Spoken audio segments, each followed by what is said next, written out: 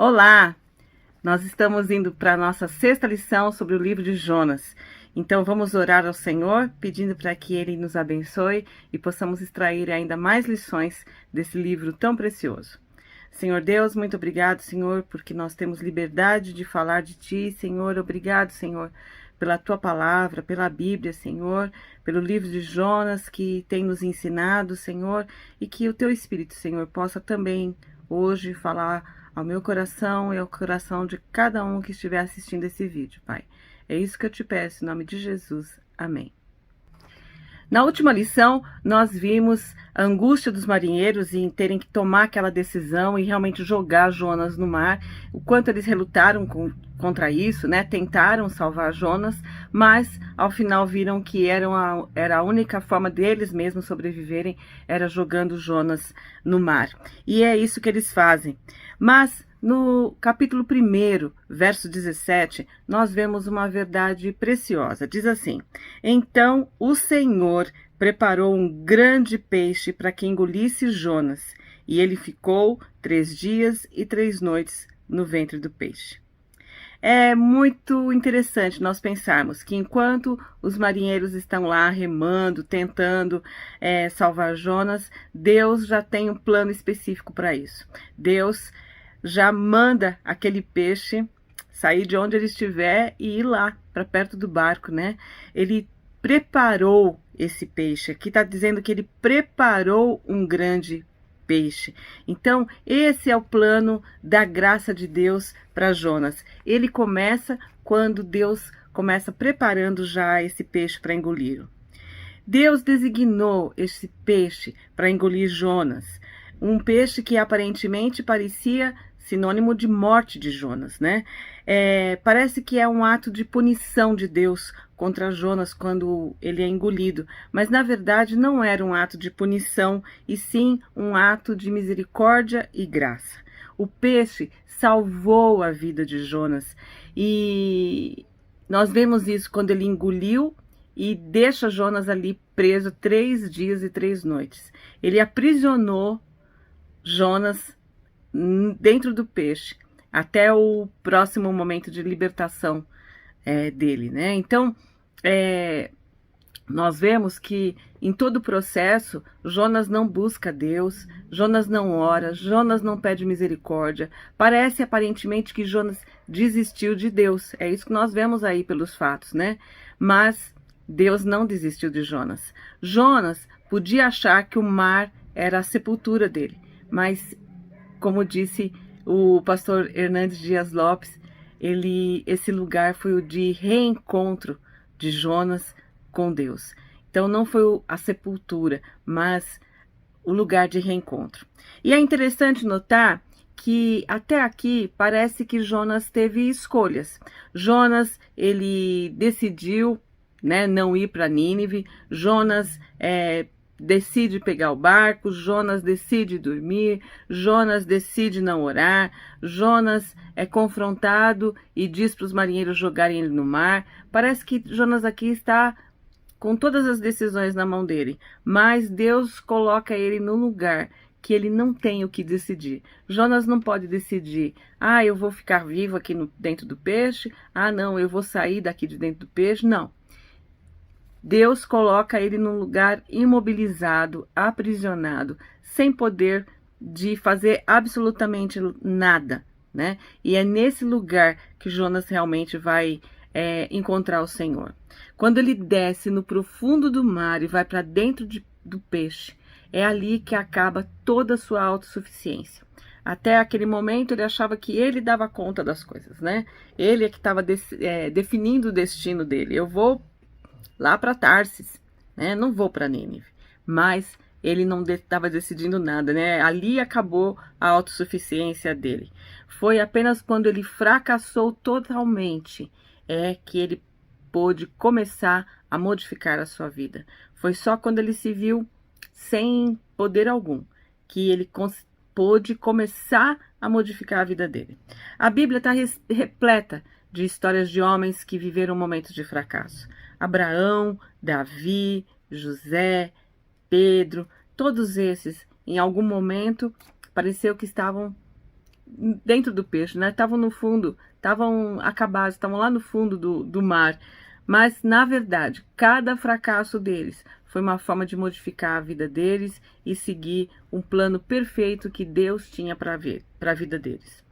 Então, nós vemos aí que somente quando os nossos recursos estão exauridos é que nós podemos aprender realmente como depender totalmente de Deus.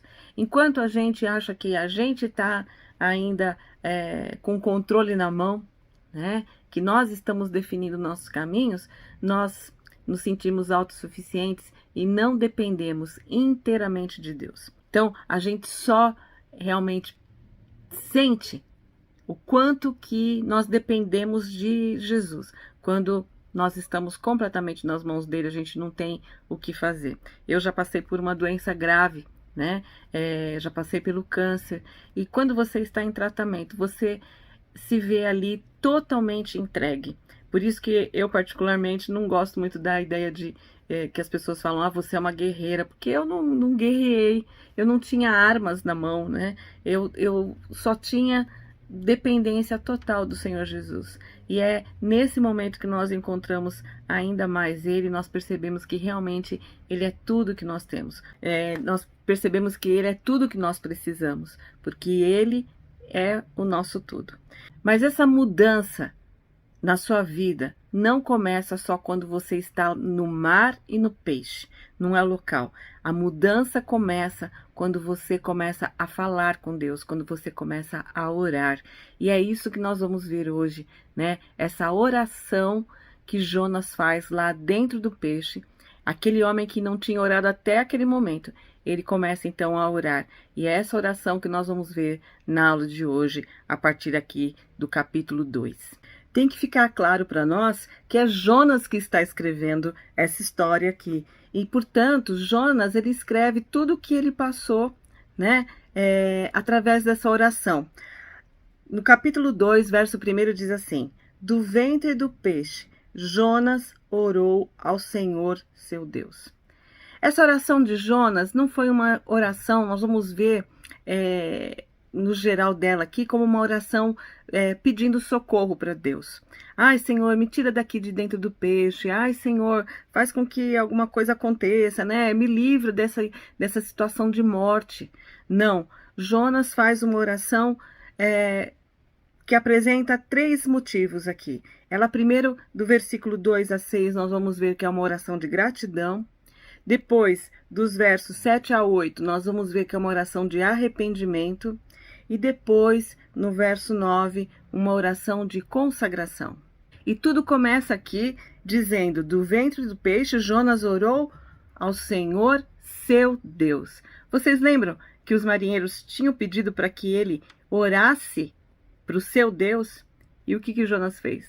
Não orou, né? Ele teve um coração duro, mas agora, lá no fundo do mar, lá no peixe, ele se lembra que o Senhor é o seu Deus. Então, ele ora ao Senhor, seu Deus.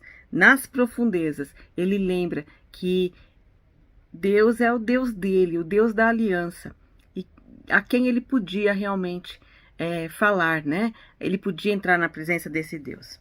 E aí, no versículo 2 diz assim: e disse: clamei ao Senhor na minha angústia, e ele me respondeu. Do ventre do Sheol gritei, e tu ouviste a minha voz. Essa é um resumo da oração, né? Eu clamei ao Senhor na minha angústia, o Senhor me respondeu. Do ventre do Sheol gritei, e tu ouviste a minha voz. Ele já resume tudo. Olha, lá no ventre do peixe, numa situação de morte, eu falei com o Senhor me ouviu, o Senhor me respondeu. A nossa angústia nos leva à presença de Deus. Deus nos coloca na cama para que a gente possa olhar para o céu. Essa é uma frase do pastor Augusto Nicodemos. Naquele momento, ali prostrado, né? Nós muitas vezes, quando estamos lá na cama, a gente olha verdadeiramente para o céu. E é nesse lugar prostrado que Jonas, então, reconhece que ele clama na angústia dele e que é na angústia dele, clamando, que o Senhor o responde. Deus que entra no ciclo da desobediência. Deus, ele aperta o cerco. A angústia é o que Deus usa para levar realmente o homem a Deus. É esse sentimento, né, no coração de profunda tristeza. Viver angustiado é muito mais do que triste, chateado, né? É uma coisa profunda da alma. Então, é esse lugar que Deus coloca Jonas. O nosso grito de angústia encontra sempre aberto os ouvidos de Deus. A certeza de que Deus nos ouve em qualquer situação nos leva realmente a orar. No Salmo 50, capítulo 15, o salmista diz assim: "E clame a mim no dia da angústia, eu o livrarei e você me honrará." Deus nos diz para clamar a Ele, né? No dia da angústia. É isso que nós devemos fazer. E foi isso que Jonas fez. Angustiado, ele buscou ao Senhor. Aquele que tem o poder de mudar todas as coisas quer nos ouvir. E é Ele que nós temos que procurar. Verso 3 diz: "Pois me lançaste nas profundezas, no coração dos mares, e a corrente das águas me cercou. Todas as tuas torrentes e ondas passaram por cima de mim." A disciplina de Deus é uma prova do seu amor por nós. Jonas aqui sabia que não tinham sido os marinheiros que tinham jogado ali no mar, mas o próprio Deus é quem tinha lançado ele no coração dos mares. O protagonista do ato é o próprio Deus. Deus que controla todas as coisas. Nós muitas vezes podemos querer acreditar em destino, né? Em o acaso, isso aconteceu por sorte. Às vezes a gente vê pessoas que professam realmente a crença no Senhor Jesus, que creem que Deus é soberano e usam essa expressão, né? Nossa, que sorte! Nunca foi sorte, né? Sempre foi Deus. Existe até agora essa frase aí, né? Então, Deus soberanamente pegou Jonas e o jogou no profundo do mar, né? Para que ele realmente pudesse reconhecer a ele. Verso 4 disse: "Eu disse, fui expulso da tua presença. Como poderei ver o teu santo templo novamente?" Aqui, essa palavra expulso no hebraico é a mesma palavra que é usada quando um homem se separava da sua mulher. Então, Jonas se sentiu como uma mulher repudiada, né? Expulsa de casa, o que naquela época era algo terrível. Um homem repudiar a sua esposa, mandar a sua esposa embora. E é isso que Jonas, é assim que Jonas se sente, né? Diante de Deus. Olha, o Senhor me expulsou da tua presença. A maior tragédia do nosso pecado é nos afastar de Deus. É interessante a gente ver, né, que Jonas, ele estava fugindo de Deus. Ele queria se afastar de Deus. Esse era o objetivo dele. Mas quando ele peca e realmente se sente afastado da presença de Deus, quando ele foi expulso da tua presença, né? Quando ele se sente realmente expulso, afastado, ele entra em pânico. A maior tragédia do pecado é nos afastar de Deus, banidos da face de Deus. Nada é pior do que Deus dar pra gente aquilo que a gente está buscando na nossa rota de fuga, né? Jonas não queria estar longe de Deus? Então agora você tá, né? Muitas vezes nós queremos estar livres, né? E aí Deus nos dá corda, né? Olha, sinta-se livre, veja o que a tua liberdade vai trazer para você. Então, é isso que Jonas sente, essa expulsão da presença de Deus. Verso 5. "As águas me cercaram até a alma, o abismo me rodeou, e as algas se enrolaram na minha cabeça." Algas no fundo do mar. Havia uma crença de que o fundo do mar era o lugar dos mortos. Por isso que se olha tanto para baixo, né? Que se fala de baixo. Como se o inferno fosse lá embaixo, né? Porque é o profundo, é o abismo. E é lá que Jonas se sente, com as algas se enrolando no pescoço dele. Porque quando ele caiu, ele não foi direto para a boca do peixe, né? Ele vai afundando. E lá no fundo do mar, ele sente tudo isso, né? "Afundei até os fundamentos dos montes. A terra me aprisionou para sempre com as suas trancas." verso 6. Quando nós tentamos fugir da presença de Deus, nós ficamos encurralados pelas circunstâncias. Esses montes, os fundamentos dos montes, a terra que nos aprisiona, né? E essas circunstâncias que nos aprisionam, que a gente se sente sem saída, todas elas são produzidas, criadas e patrocinadas pelo Senhor Deus. O caminho da desobediência sempre nos conduzirá para abismos cada vez mais profundos. Existem abismos nos mares de mais de 9.000 metros, né? Então, às vezes a gente acha que nossa, ali não, é profundo, profundo, profundo.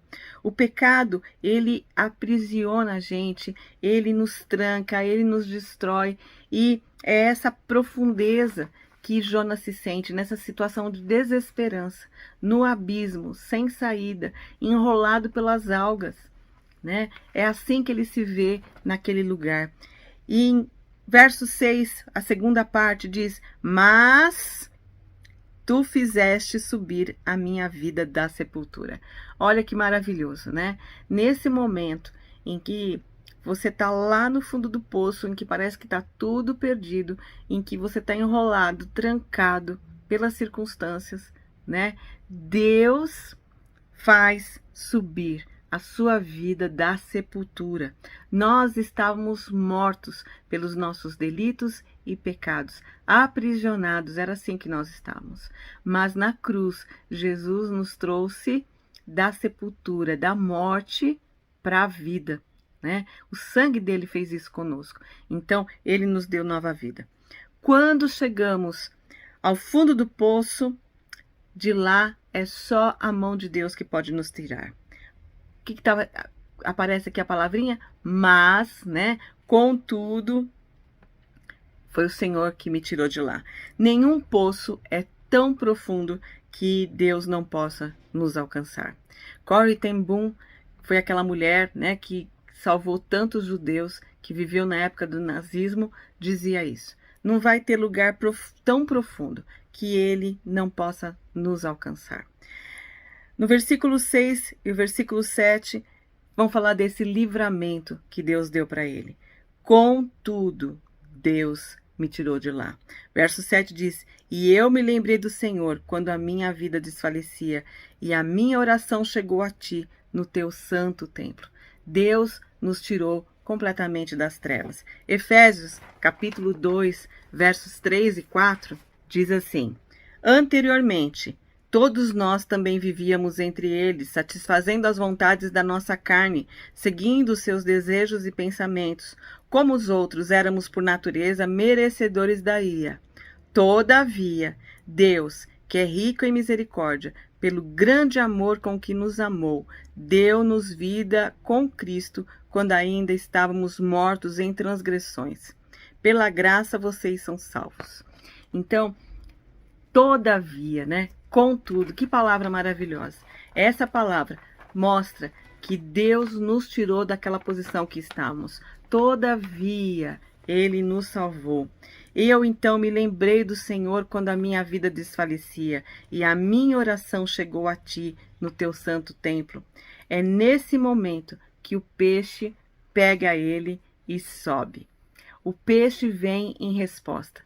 Jonas está ali, afundando, cercado pelos abismos, com algas no seu pescoço, né? Morrendo, na sepultura já. Mas vem lá o peixe e o pega e o leva para cima.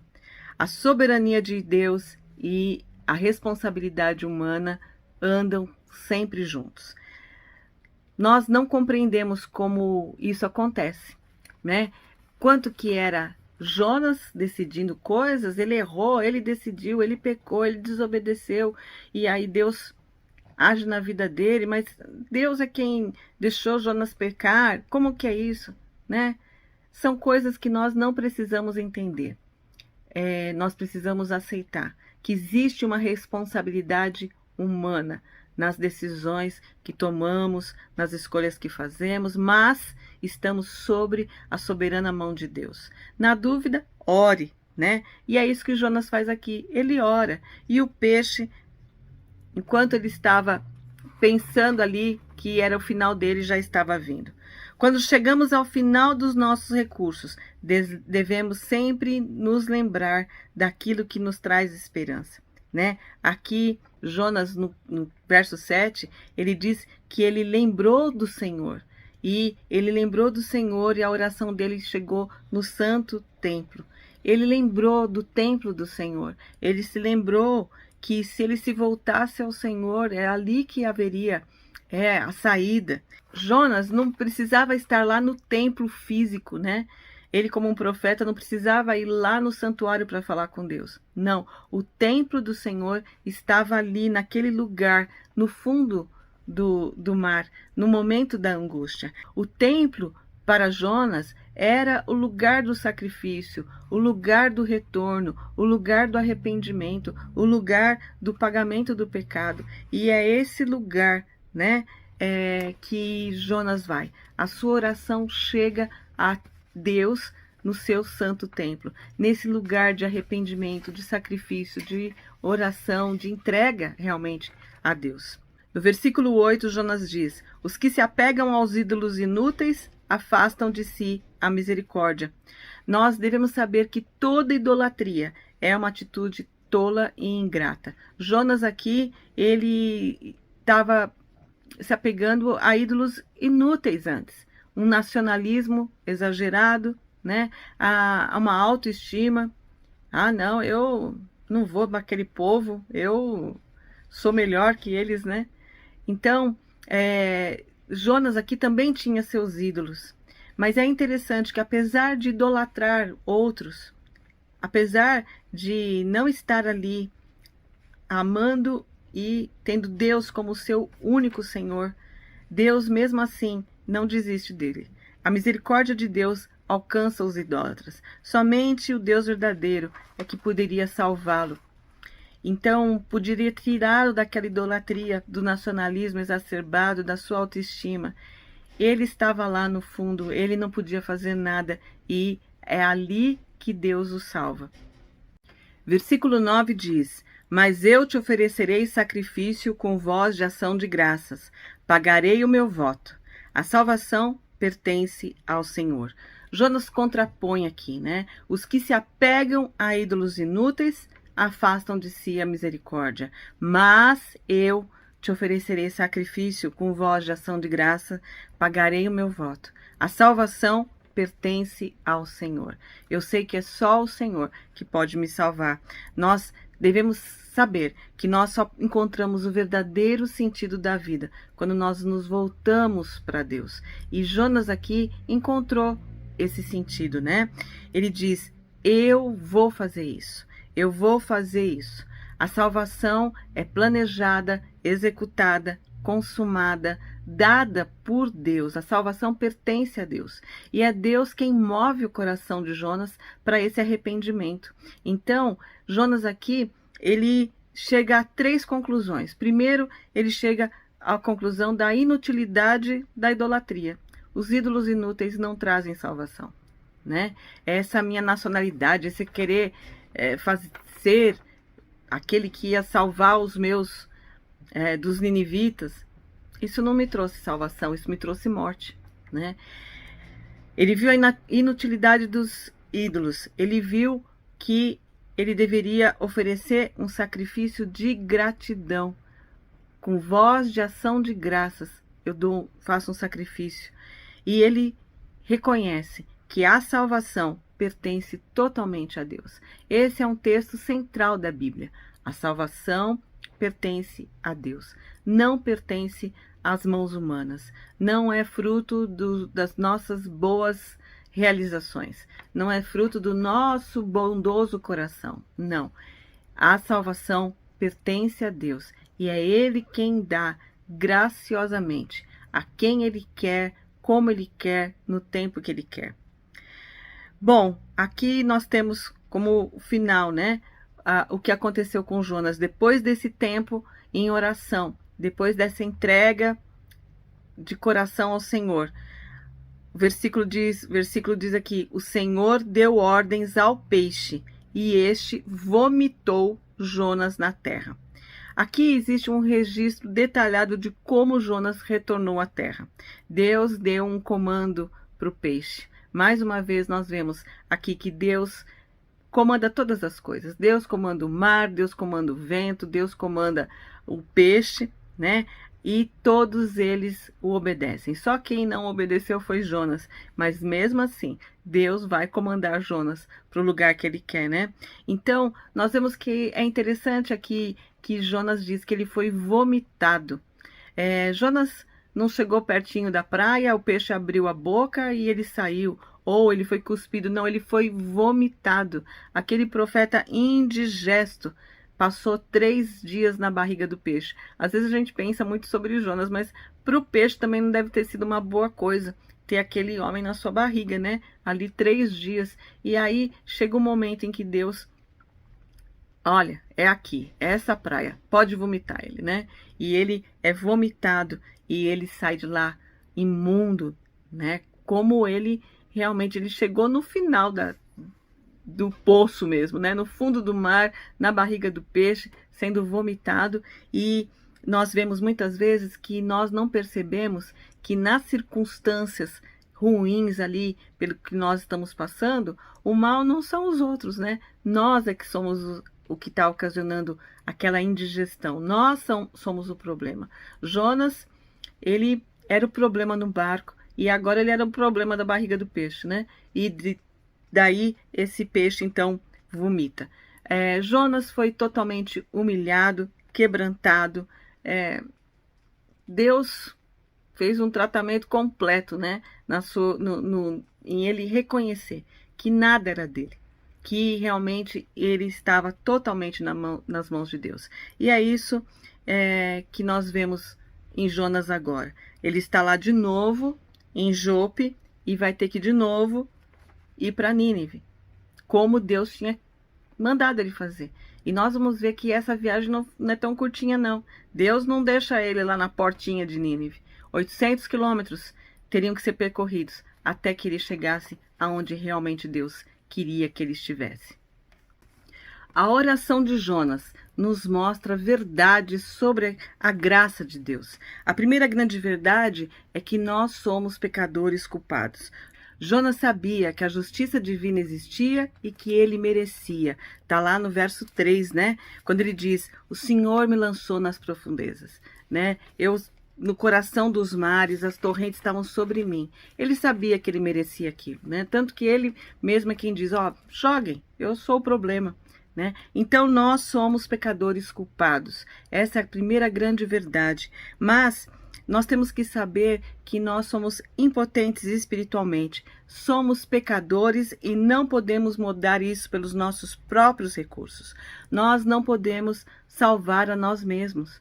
Nós somos impotentes. Não está na nossa mão realizar nada.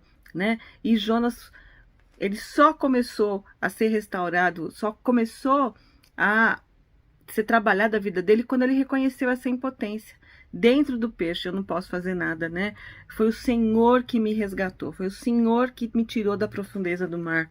Então, a nossa salvação, ela tem um alto custo. O sistema sacrificial estabelecia essas 3 verdades da graça. Nós somos pecadores, incapazes de nos salvar, salvos por medidas extremas de alto custo.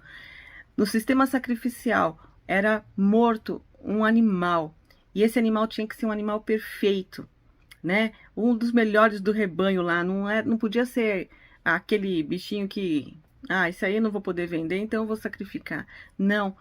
Ele era o melhor animal, era aquele que realmente era sacrificado. Para quê? Para pagar pelos pecados daquelas pessoas. Jesus, o perfeito, morreu na cruz para pagar os meus e os seus pecados. E esse sacrifício foi um sacrifício de alto custo. Então a nossa salvação, a salvação que pertence a Deus, né, ela é de alto custo. O coração humano não será capaz de reconhecer a sua pecaminosidade e impotência só de ouvir falar. Tem que ser mostrado através de experiências brutais. Só acreditará nesta graça gratuita aquele que se vê sem esperança, tendo Deus como sua única esperança. Então, muitas vezes nós ficamos inconformados que alguém escute da graça de Deus e não reconheça essa graça, não reconheça a sua pecaminosidade. Mas muitas vezes pessoas precisam ser colocadas em dificuldades extremas, em situações de completa dependência, né, para que reconheçam que elas não são autossuficientes, que somente o Senhor é quem pode trazer a salvação. A verdadeira libertação de Jonas, ela não veio do peixe. O peixe que salvou Jonas. Não. A libertação de Jonas veio da restauração do relacionamento dele com Deus. A salvação de Jonas veio da oração, do momento em que ele restaurou o seu relacionamento com Deus. Foi ali que ele foi salvo das profundezas do abismo, né? Nós vemos em Lucas capítulo 15, verso 20, como nós já falamos aqui, uma profunda relação da história de Jonas com o filho pródigo. O que acontece com o filho pródigo? Ele também, né? Depois de acabar com toda a fortuna do pai, aonde que ele vai parar? Lá, comendo, desejando comer aquilo que os porcos comiam. Lucas 15, verso 16 diz assim: ele desejava encher o estômago com as vagens de alfarrobeira que os porcos comiam, mas ninguém lhe dava nada, nem comida de porco, né? Ele estava lá prostrado, no pior lugar, humilhado, caindo em si. Ele diz: quantos empregados do meu pai têm comida de sobra e eu aqui morrendo de fome? Nem comida de porco eu estou tendo, né? Eu me porei a caminho e voltarei para meu pai e lhe direi: Pai, pequei contra o céu e contra ti. Eu não sou digno de ser chamado teu filho. Trata-me como um dos teus empregados. É isso que acontece com aquele que se reconhece no pior lugar. Somente no momento em que ele se viu ali, desejando comer comida de porco, e nem isso era dado a ele, humilhado, né? É que ele reconhece que o pai tem muito mais a dar para ele. Se ele fosse um empregado do pai, ainda assim ele estaria em melhor situação. E ele diz: vou voltar lá para o meu pai. E quando ele volta, o que que acontece? No versículo 24 nós vemos que esse pai o recebe. Diz: esse meu filho estava morto e reviveu, havia se perdido e foi achado. O pior lugar que nós podemos estar é no pecado, né? É na nossa condição de pecadores, mas orando, pedindo ao Senhor: Senhor, eu quero de ti, né? Orando como Jonas fez dentro do peixe, falando como o filho pródigo falou: vou voltar, vou falar com meu pai. Pai, pequei. E foi isso que ele fez, né? Pequei contra o céu e perante ti, né? Não sou digno de ser chamado teu filho. O que você recebe é o abraço do pai dizendo para você: vem, você estava morto, mas eu estou te dando vida. Jonas estava morto no fundo do mar, mas teve vida quando voltou a se relacionar com o Senhor. Da mesma forma, o filho estava morto para aquele pai, né? Tava distante, estava lá no meio dos porcos, mas quando ele volta para o pai, ele revive. Nós também. A palavra de Deus diz que nós estávamos mortos em nossos delitos e pecados, mas o Senhor nos chamou, o Senhor nos resgatou e nos trouxe de volta à vida. Então, se você ainda não fez isso, né? Se você ainda está aí no fundo do mar, se você está nessa condição, você reconhece que está nessa condição de perdido, sem Jesus, ore, diga ao Senhor: Senhor, eu quero voltar para os seus braços, né? Eu quero ser seu filho, eu reconheço o sacrifício profundo que o Senhor fez na cruz por mim. E eu te peço que agora, né, o Senhor me acolha de volta aos seus braços. E você tenha certeza disso, que o Pai vai te abraçar e vai dizer: você estava morto, mas eu agora estou te dando vida. E você vai poder usufruir dessa vida em Jesus. Na nossa próxima aula, nós vamos ver essa segunda chance que Deus dá a Jonas de voltar e fazer aquilo para o que ele tinha sido chamado. Que Deus abençoe você e que você possa estar aí, nos braços do Pai, usufruindo dessa vida que Ele tem para você.